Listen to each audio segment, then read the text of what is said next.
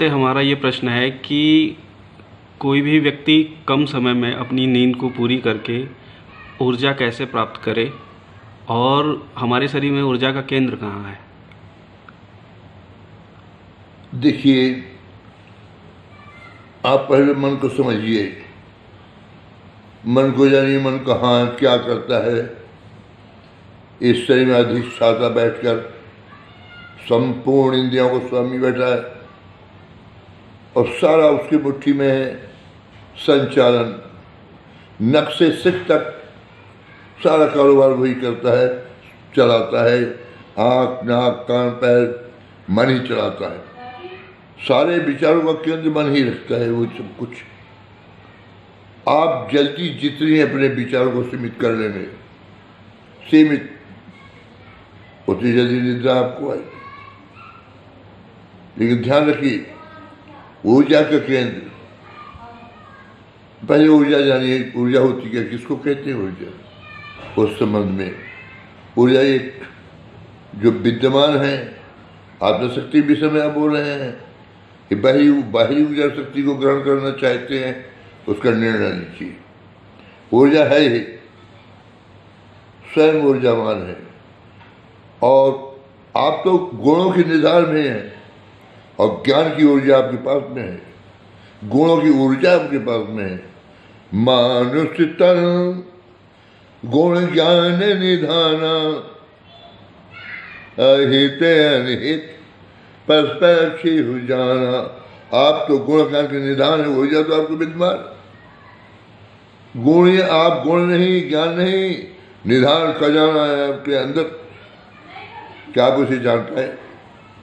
छुपा हुआ खजाना आपके पास में, आपने उसके कौन सा खजाना है, गुण कौन से है, इस पर आपका मन चिंतन नहीं किया आपने कि वो खजाना अभूतपूर्व रामचरितमानस में बाबा तुलसी ने बताया, जिसकी एक एक वाणी सत्य है, देववाणी। और वो सत्य है कि आपके अंदर छुपा हुआ भूतपूर्व खजाना गुणों का। मानुष तन गुण ज्ञान निधाना, आप गुणों के ज्ञान की निधान खजाना है आप, ये मानुष तन। उस ऊर्जा की खोज आपको पता नहीं है, उसकी खोज नहीं कि कौन सा खजाना में अंदर है। और उस ऊर्जा से संपूर्ण ऊर्जा विकसित हो जाती है।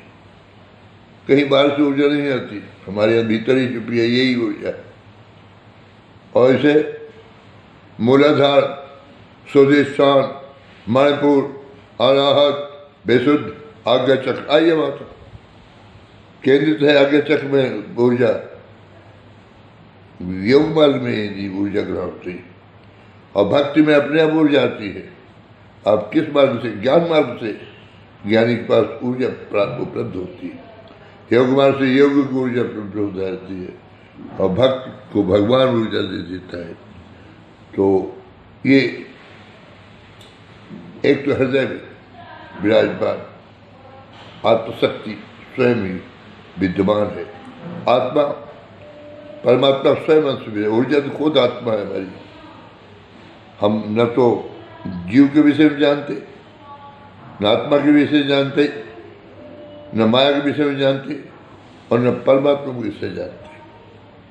तो स्वयं हमको पहले अपने विषय में जानना चाहिए और मन के विषय में जानना नहीं, निगरानी मन की करना चाहिए।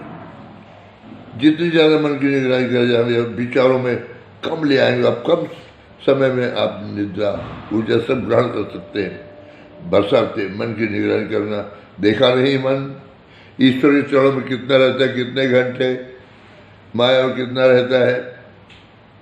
और हर आदमी अपने मन को जानता है कि मन कहाँ है, क्या कर रहा है, किन विचार। बिना विचार के कोई कर्म दुनिया में होता नहीं, पहले विचार ही प्रकट होता है और जैसे विचार होते हैं वैसे कर्म बन जाता है।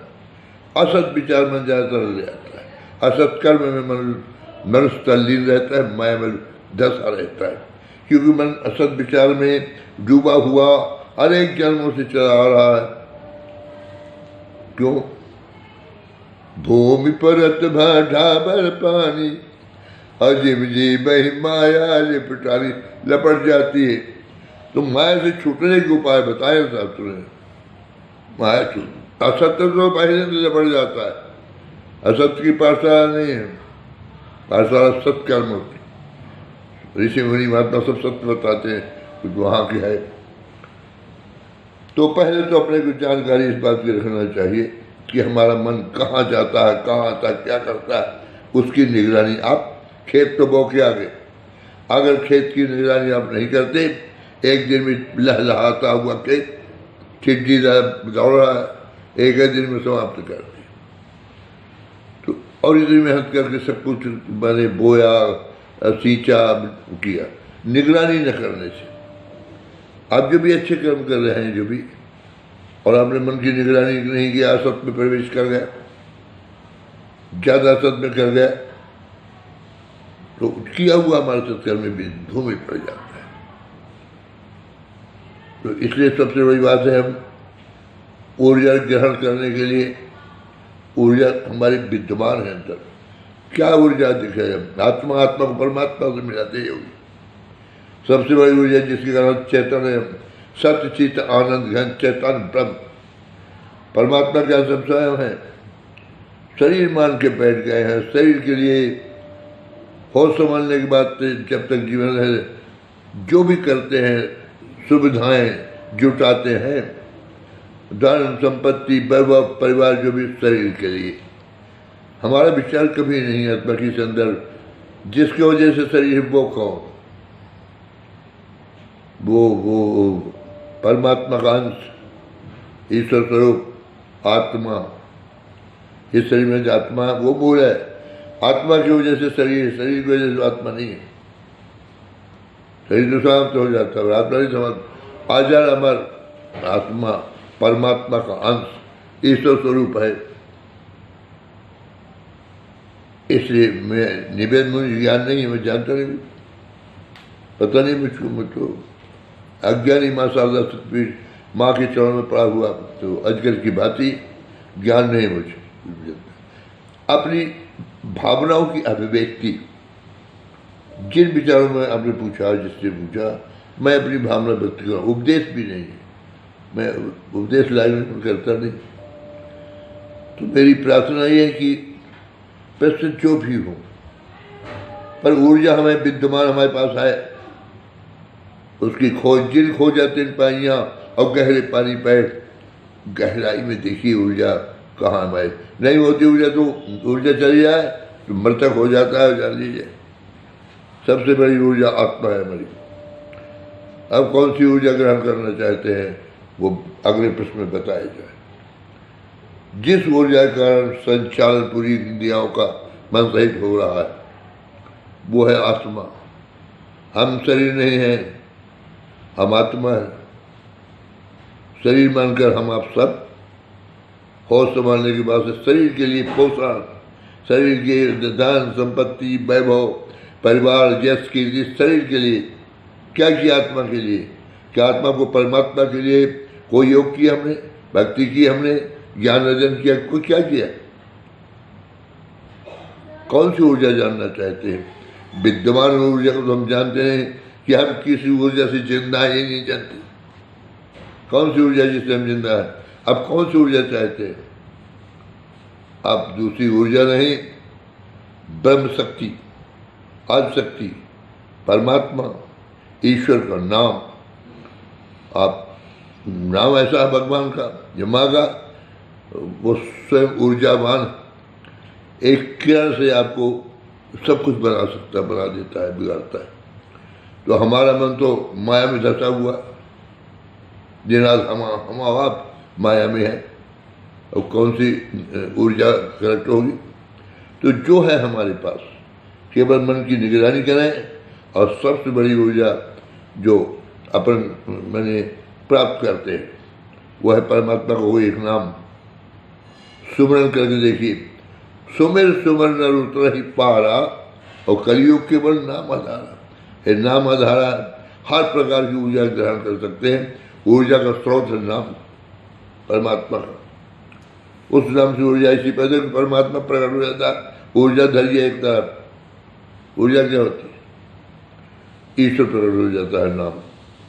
इसलिए हमारा निवेदन है कि आप परमात्मा का नाम, और जो आपने पूछा तो वो आपने बताया और बताई थी कि वहाँ से चलिए मूलाधार से, मूलाधार स्वधिष्ठान मणिपुर अनाहत विशुद्ध आज्ञा चक्र में जाकर केंद्रित रहते और ऊर्जा वहाँ। और इस तरह से हम निवेदन करें कि आप बहुत अच्छा है, इस प्रश्न के माध्यम से आप अनुराग रखिए ईश्वर के चरण बिंदुओं में, मन में भगवान के, और ज़्यादा से ज़्यादा समय और नाम के सुमरण में दीजिए। लंबे अंतराल तक आपने सुमरण किया, हमने किया, जो भी करेगा वह ऊर्जा प्रकट अपने आप जो है वो जागृत होगी।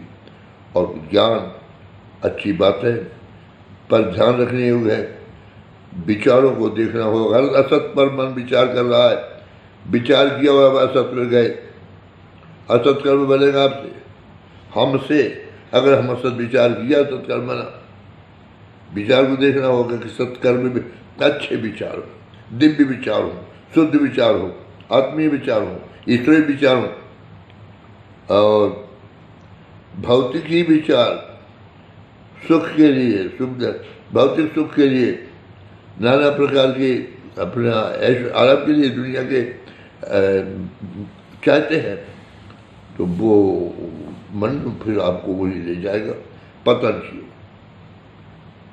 और ऊर्जावान बनना चाहते तो एक शब्द में ऊर्जा है, परमात्मा के नाम में महा ऊर्जा। अनेक ऋषियों ने नाम को सहारा लेकर तुलसी बाबा को, तुलसी मीरा, संत के मीरा, नानक रविदास, वक्त काल आ गया था थोड़े से लोगों को आने में। तो मेरी प्रार्थना है, जिन्होंने भी ये प्रश्न किया, निवेदन है कि आप आज ही से ऊर्जा शुरू कर दीजिए लेना। ईश्वर नाम लेते ही कुछ अंतर बाद आपको अनुभूति स्वयं होगी। नाम में ऊर्जा नहीं होती तो पत्थर में लिख के भेजा, पत्थर तैर रहा था। राम एक तापस्ती तारी, नाम कोटि खल कुमार, नाम रे एक ही न तारे, अनेकों तारे हैं, एते जन तारे जिते नभ में न तारे। नाम कौन सी ऊर्जा चाहते हैं जानना है आप? तो मेरा निवेदन है कि ऊर्जा ग्रहण करना है तो नाम का सुमरण जारी कर दीजिए। और निद्रा कम, निद्रा में चाहते विचार कम कर दीजिए। जितनी जल्दी है, जितने विचार कम हो गए, निद्रा आराम से आएगी। तो मैं अनजान पति को मुझे पता नहीं है, मैं प्रवचन करता नहीं हूँ, निवेदन करता हूँ, प्रार्थना करता हूँ कि नाम का सहारा लीजिए। मनुष्य बन गए हम आप, चूका न जाए, लाभ उठाया जाए, ऊर्जा ग्रहण की जाए, परम ऊर्जा, दिव्य ऊर्जा। चलिए, बहुत सावधान मैया की।